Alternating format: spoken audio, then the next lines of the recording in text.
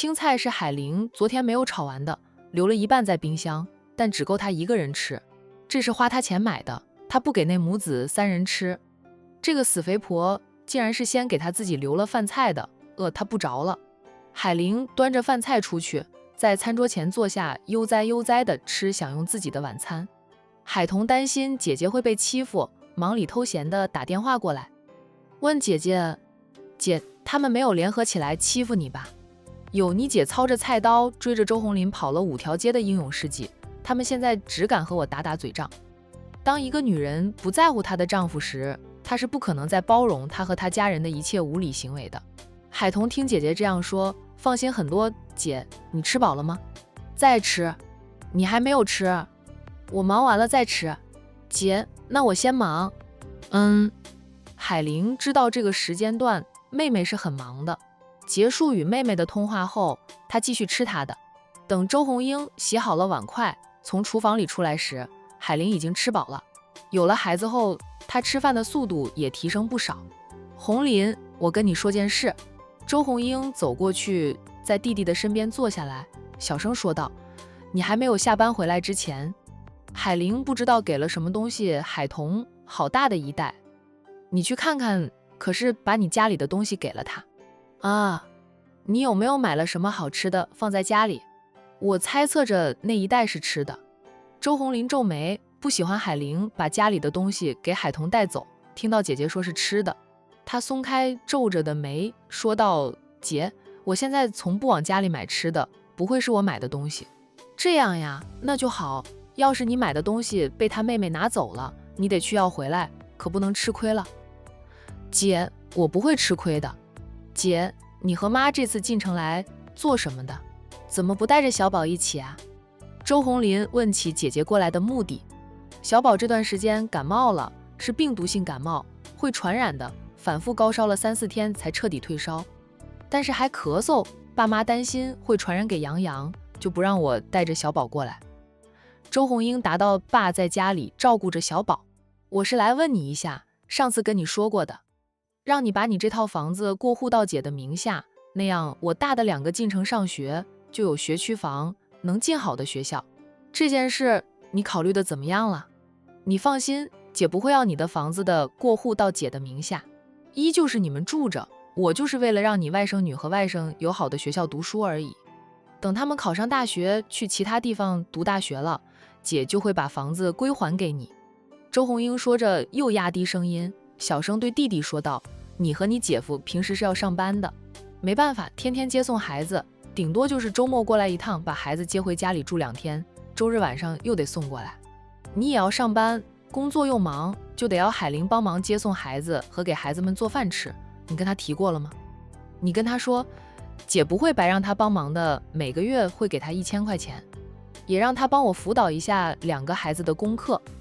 你外甥女的成绩不稳定，时好时坏的，要是有人辅导一下她，她肯定能稳住，将来考个重点高中。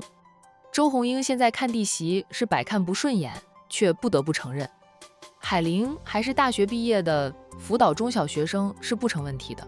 要不是他们把海玲吃得死死的，海玲估计也不会沦落到如今这种地步吧。周红英心里明镜似的，就是她做事做得不地道罢了。甭管多高学历的女人，一旦嫁了人，生了娃，被婚姻、被感情所困，很容易就会成为别人怒其不争的人。姐，我跟她说过了，她不愿意帮忙。周红林现在不敢拍胸膛打包票了。自那次家暴后呢，夫妻的关系就一直没有回暖。他有了叶佳妮，只想着哄住外面的情人。对于家里的黄脸婆，他懒得花那个心思在哄。海玲也硬气，以往都会低头，这一次也不肯低头了。故而夫妻俩就一直这样僵着，住在一起，分房睡，各过各的，除了孩子的事，2个人甚至都不想和对方说话。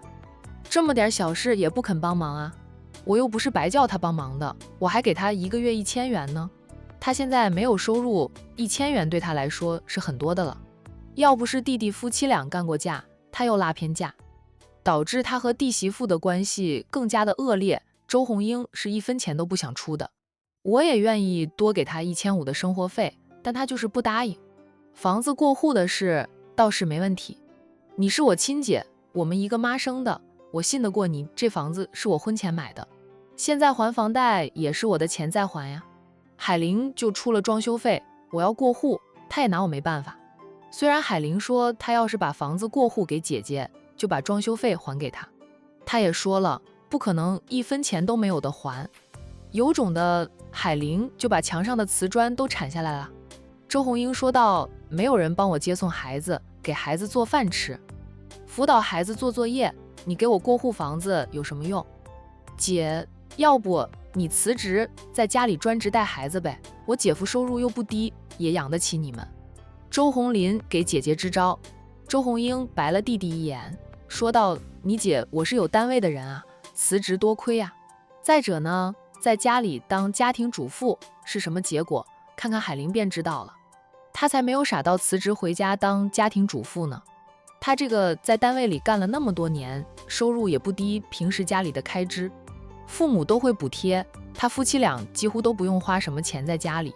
想买漂亮的衣服，好一点的护肤品，轻轻松松的，不用担心钱的问题。一旦辞职在家，没有了收入，丈夫一开始可能还会对她很好，时间长了还会吗？弟弟就是最好的例子。以前海玲刚成为家庭主妇的时候，弟弟对海玲多好呀，给钱也大方啊。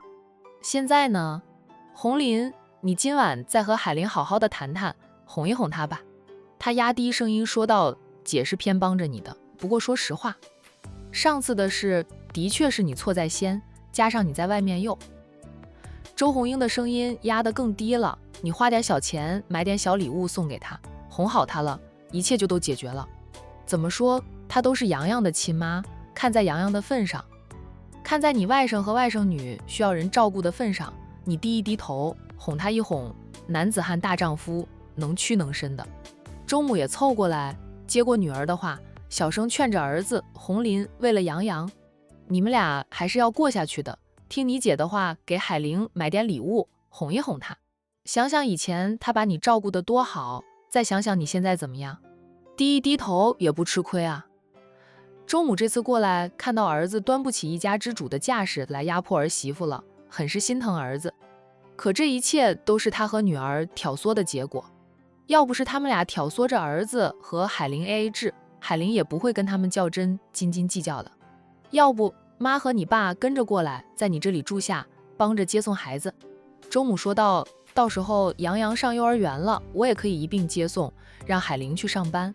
周红英撇着嘴说道，她还上什么班？洋洋上幼儿园后，她该生2胎了。我们周家男丁向来单薄，我就红林一个弟弟，想再多一个弟弟都没有。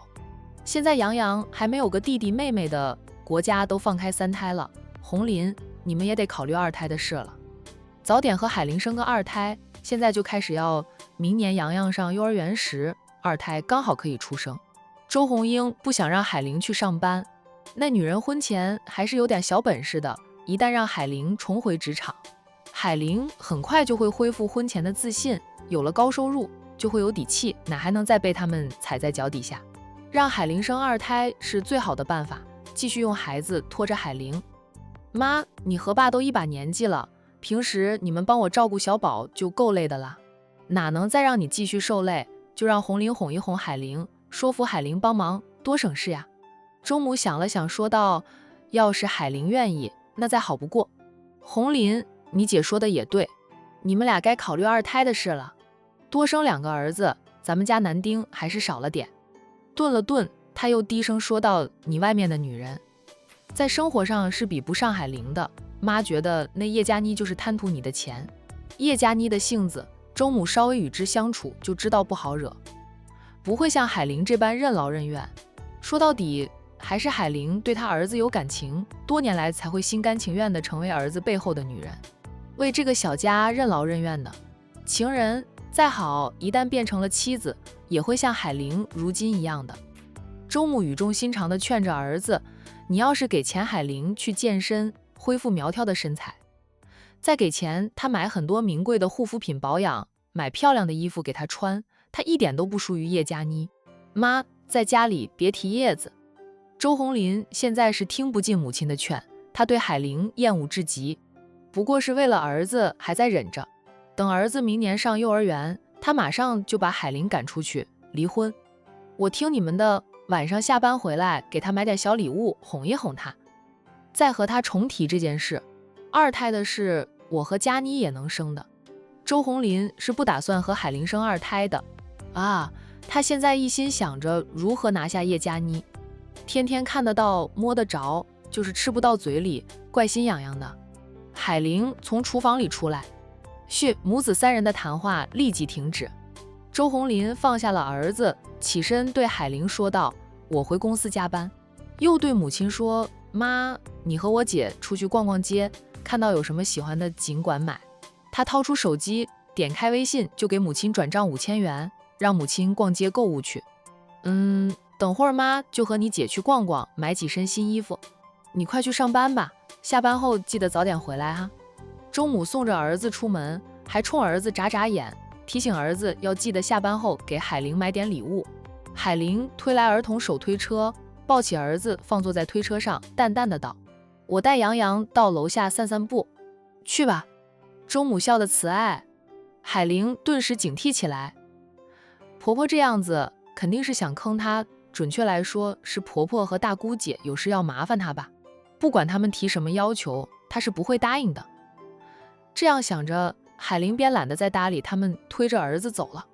另一边的海童忙完后又吃过了晚饭，沈小军先回家，他则把工艺品包装好，打电话给快递公司，让快递员过来收件。把今天可以发货的工艺品都给客户快递之后，海童没有再等到深夜11点再关门。战印中午送来了周红林出轨的证据，帮了姐妹俩的大忙。海童觉得要重谢一下战印，遂决定又去给战印买2身新衣服。这一次他打算给他买2身名牌西装，他长得帅，穿着名牌西装会更加的帅气。老公长得帅被人夸，他身为老婆的也脸上有光。海童关了店门后便开着车走了。到了某知名品牌服装专卖店后，海童找个位置停好了车，拿着手机一边给战印发微信一边下车。战印还在管城大酒店和客户边吃饭边谈着生意，收到海童发来的人微信。他面上神情没什么变化，细心点的话会发现他看过微信后嘴角弯了弯，心情明显愉悦了很多。海童说晚上给你新的礼物。他会给他准备什么礼物？战印颇为期待的。战印的衣服很好买，知道他的尺码，买黑色的变形。很快呢，海童便提着几个袋子从店里出来，刚想走，他意外地看到了他的婆婆唐君叶。唐君叶跟有人边走边说着什么，可能是察觉到了海童的注视吧，他本能地看向了海童。海童咧嘴便笑，上前去想跟婆婆打声招呼。她才张嘴，妈这个字还没有吐出来，她的婆婆已经挽着有人的手，继续往前走，也不再看她，一副完全不认识她的样子。海童的那声妈卡在了喉咙里，她站在原地目送着婆婆的背影。唐君叶的有人扭头看她的时候，她赶紧装着看其他地方，然后抬脚就走。君叶，那个女孩子刚才是不是冲着咱们笑呀？你认识她吗？唐君叶也扭头看了看与他们背道而驰的海童，那女孩子冲着我们笑吗？我不认识她呢。那可能是我会错意了吧，她不是冲着我们笑的。唐君叶的友人呢也没有多想，他还扭头看了看，看到海童已经走远，笑道：还真是我会错了意。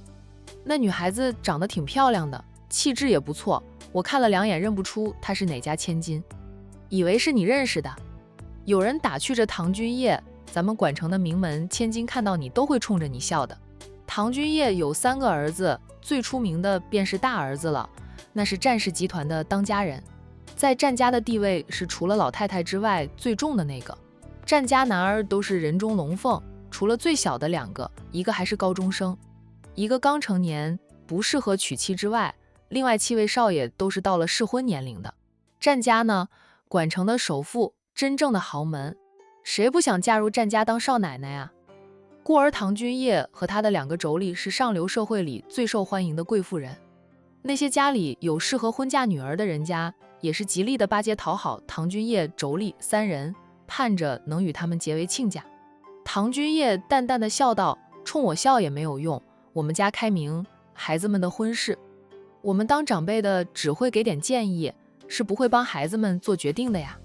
他们喜欢谁，只要女方人品正的，我们都会同意。他就不太喜欢长媳海彤，却也知道海彤的人品正。大儿子既然答应了娶海彤为妻，他当母亲的再不喜欢，也不会去儿子面前唠叨，更不会抱怨一力促成这桩婚事的婆婆，她连海彤的坏话都不会说。又怎么会说婆婆的坏话？大儿子是婆婆带大的呢，婆孙俩感情深。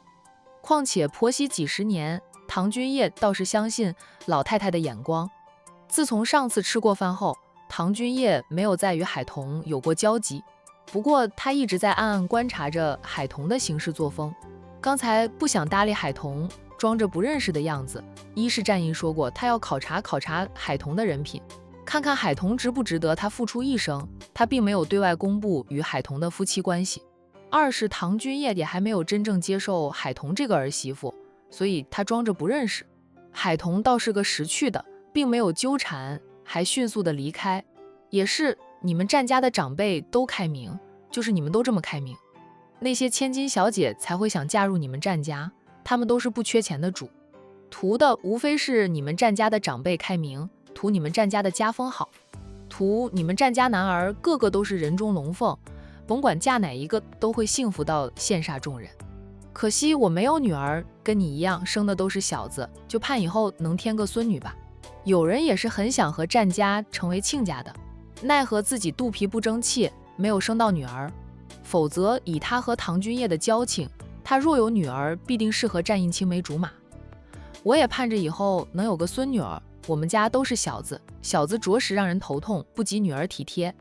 唐君夜没有女儿，也想将来能有个孙女儿吧。他们战家生女儿还有中奖呢，老太太说了，谁生有女儿就奖励5亿元，肚皮争气的多生几个女儿都能成为富婆了。两个人边聊着儿女的事边往前走。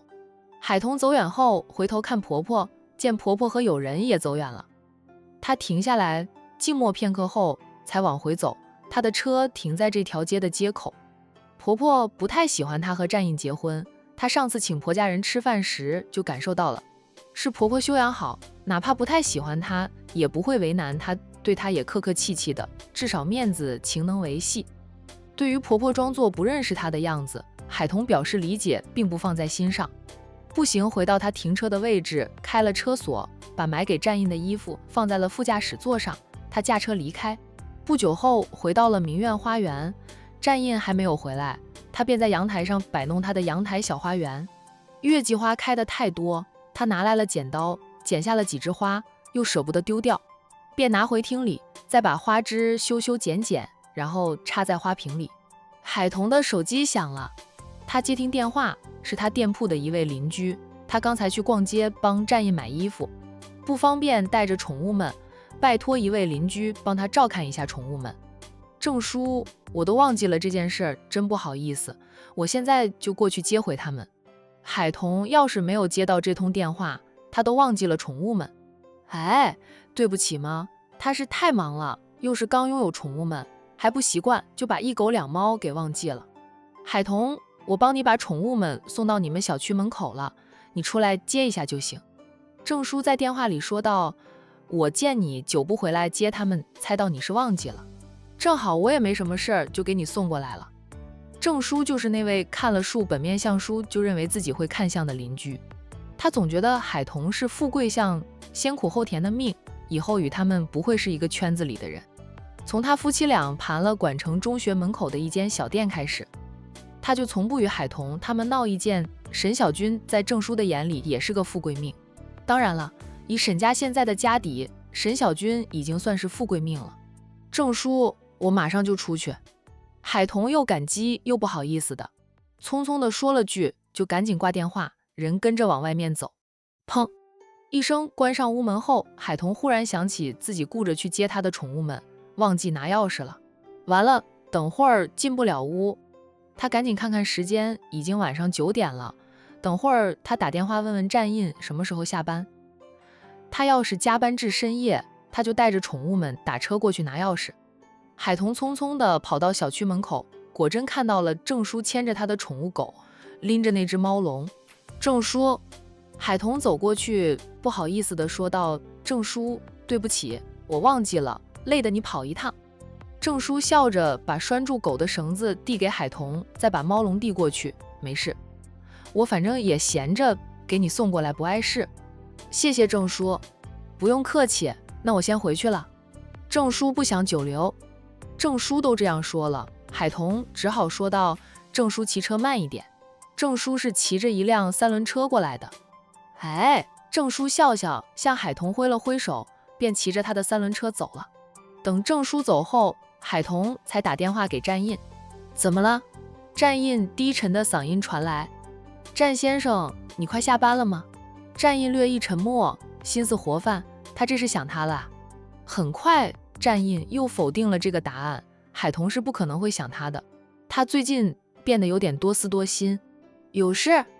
战印没有正面回答，想知道他问他什么时候下班的原因，再做回答。那个，我出来的急，忘记带钥匙，门就被我关上，现在我进不去。你要是还要继续加班，我现在就打车去你公司拿钥匙。快下班的话，我就在门口等一等呗。战印想了想后说道：“我现在就回去，你不用打车过来了。”那行，我在我们家屋门口等你。战印嗯了一声，便挂掉了电话。苏南听到战印说的话后，便知道自己又得代替上司继续和客户们洽谈着生意上合作的事。他都不用战印开口，就体贴地道：“你尽管忙去吧，这里有我呢。”战印拍了拍好友的肩膀，等去洗手间的客户回来后，他歉意地说了句自己有急事要先离开，得到客户的体谅理解后，他才带着保镖团离开了这个管城大酒店。苏南想着家里人以后再催婚给他安排相亲的话，他一定要去看看，说不定能与相亲对象看对眼，也像上次那样来个闪婚。有了老婆后，他就能像上次这样，老婆一通电话过来，他马上可以撇下一切赶回家陪老婆去。天大地大，老婆最大。海童没有等太久，就等到了战印。你带着他们去溜达，忘记带钥匙？战印边掏那个钥匙开门，边问着妻子。不是，我今晚早早就关了店门，去逛街了，带着他们不方便，把他们托给郑叔，想着逛完街后再过去带他们回来。一时间却忘记了，好在郑叔给我送过来了。怕郑叔等得急，我匆匆的出门，忘记带钥匙，却把屋门关上，不就进不去了吗？海童笑得不好意思，我以前也是过这样子的呀，把门关上了才记起忘记带钥匙。好在我姐经常在家的，拍几下门，我姐就会来给我开门。现在夫妻俩住在一起，她只能等战印下班回来开门。我想很多人都会发生过忘带钥匙就把门关上的事情吧。战印帮忙拎着猫笼进屋，再一次提醒着海童，记得当一名合格的铲屎官。要是让我看到他们在家里拉的到处都是，你只要还是我的妻，这辈子就别想再养宠物。海童神色一凛，忙保证着，放心吧，我不会让他们拉的到处都是的，一定会及时清理掉，保证家里时刻都是干干净净的。奶奶说她是有点小洁癖的。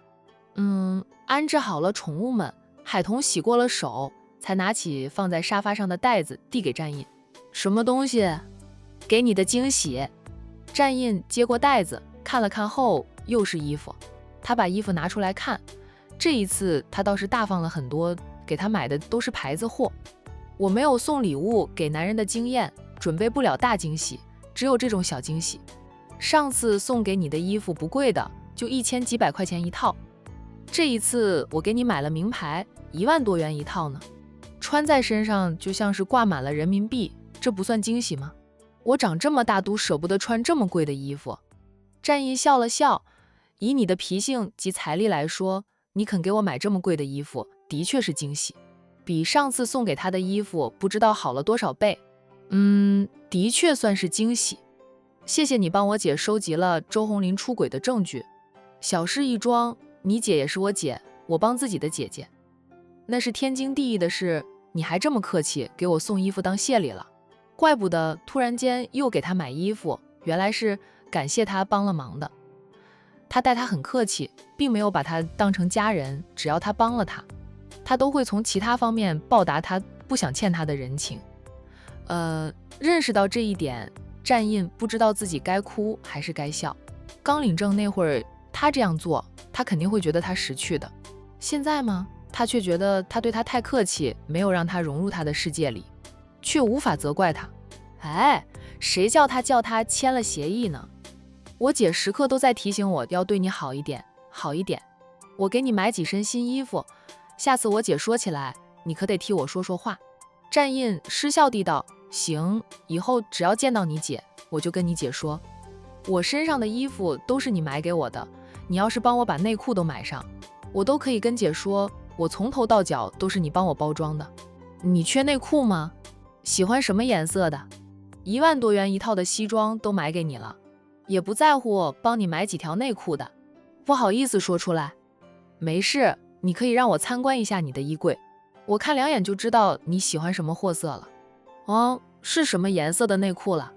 看着他一脸期待的样子，知道他喜欢是好奇他房里的一切。结婚到现在也有一段时间了，他都不允许他进入他的房间，他会好奇也很正常。除了红色的，其他颜色的都可以。战印主动给了答案，免得他追着要看他的内裤是什么颜色。哦，好，我改天有空了再去逛街，就给你买几沓不同颜色的内裤回来，让你每天穿不同样的。战印嘴角直抽，就是他穿什么样的内裤，别人又看不到，何须每天穿不同样的呢？海童没有再和他讨论内裤这个话题，转身去逗宠物们了。对于逛街偶遇婆婆的事，海童并没有和战印说起。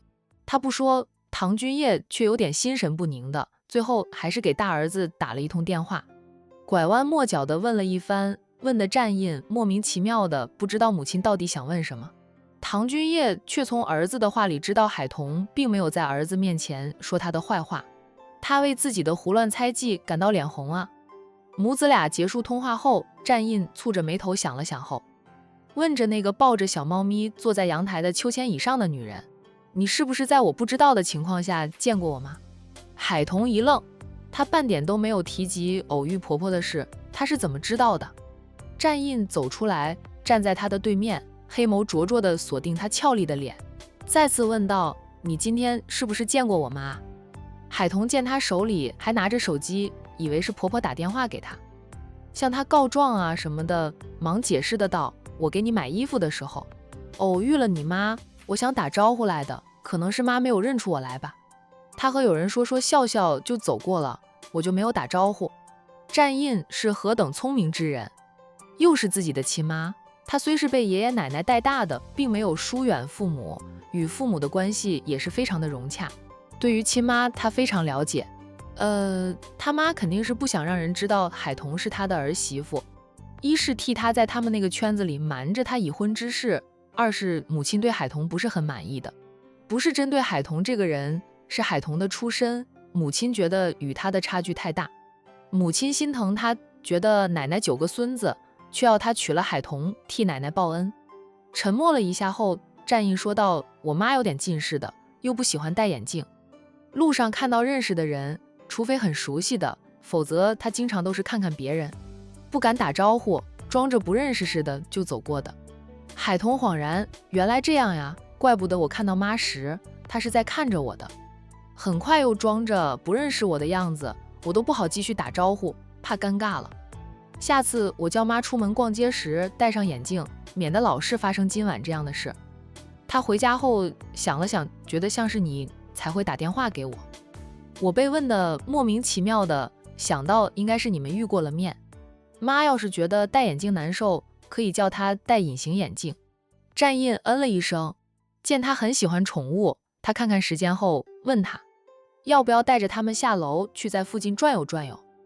平时我们都忙，也就是晚上回家才有点时间遛遛狗。你陪我？战印眉眼柔和3分，我既然提议了，自是舍命陪君子。海童笑，抱着小猫咪站起来。小猫咪还没有熟悉新的环境，夫妻俩便没有带着小猫咪出门，只牵着宠物狗到楼下去溜达。住进来后，夫妻俩都鲜少在小区里散步。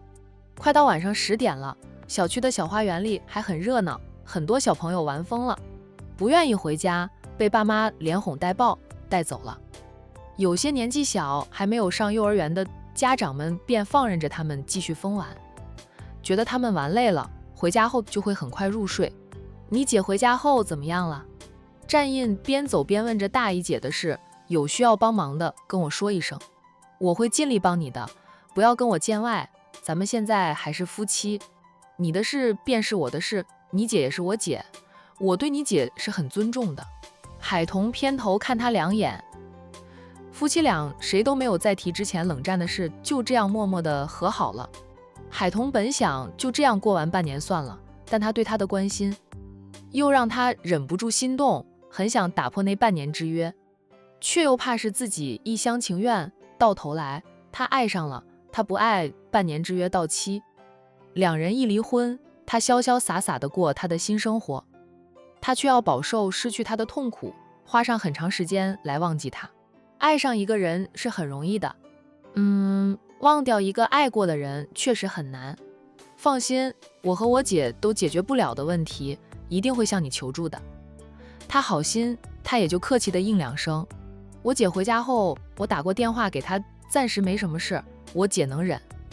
在他认为时机还不成熟时，他是不会冲动行事的。目前来说，他一旦冲动地撕开那层遮羞布，对他非常的不利。为了杨洋，他姐姐从个初级演员一下子就进入了影帝级啊，演戏演得入木三分的，让周家人看不出破绽来。她的婆婆和大姑姐又来了，也不知道是因什么事过来的。明天我过去接杨洋的时候，问问她吧。海玲明天就要去陆氏集团上班了，周洋自是送到店里，让海童帮忙照看着。海童都庆幸外甥出生后啊，他一直帮忙照顾姨甥俩的感情好，外甥才肯跟着他，不会哭闹着找妈妈。要不要请个保姆帮你照顾杨洋？杨洋正是好动的年纪，你们有时候会忙，一不留心被他跑出去，后果不堪设想。战印考虑的周全。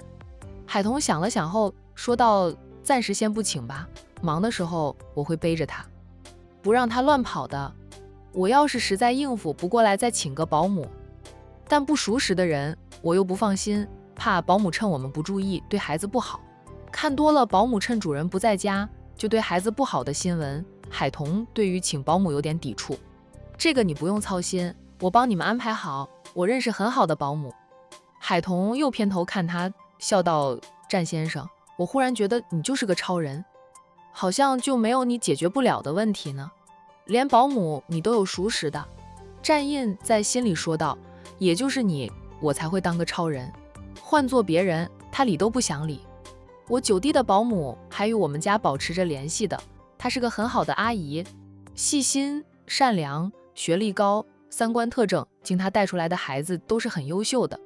你要是没意见，我跟我3婶说一声，然后联系那位阿姨，请她过来照顾杨洋。海童想起战燕的确是个懂事的孩子，还是个乐天派，他最喜欢那个小叔子了。那行，你跟你3婶说一声，要到那位阿姨的电话后给我，我联系她，和她谈谈薪资的问题。好，现在晚了点，我3婶应该睡下了，就不打扰她，明天我再打电话给3婶。战印又帮着妻子解决了一件事，心情愉悦，说道，阿姨的工资我支付给她吧，等她和杨洋混熟了，让她白天带着杨洋在我们家里住着，既能照顾杨洋，也能帮你照料宠物狗，还能打扫一下卫生，就当做是我们请的阿姨。咱们夫妻俩都是很晚才能回家的，你深夜或者早早起来搞卫生也累。不知情的人呢，还以为我战印奴役老婆呢。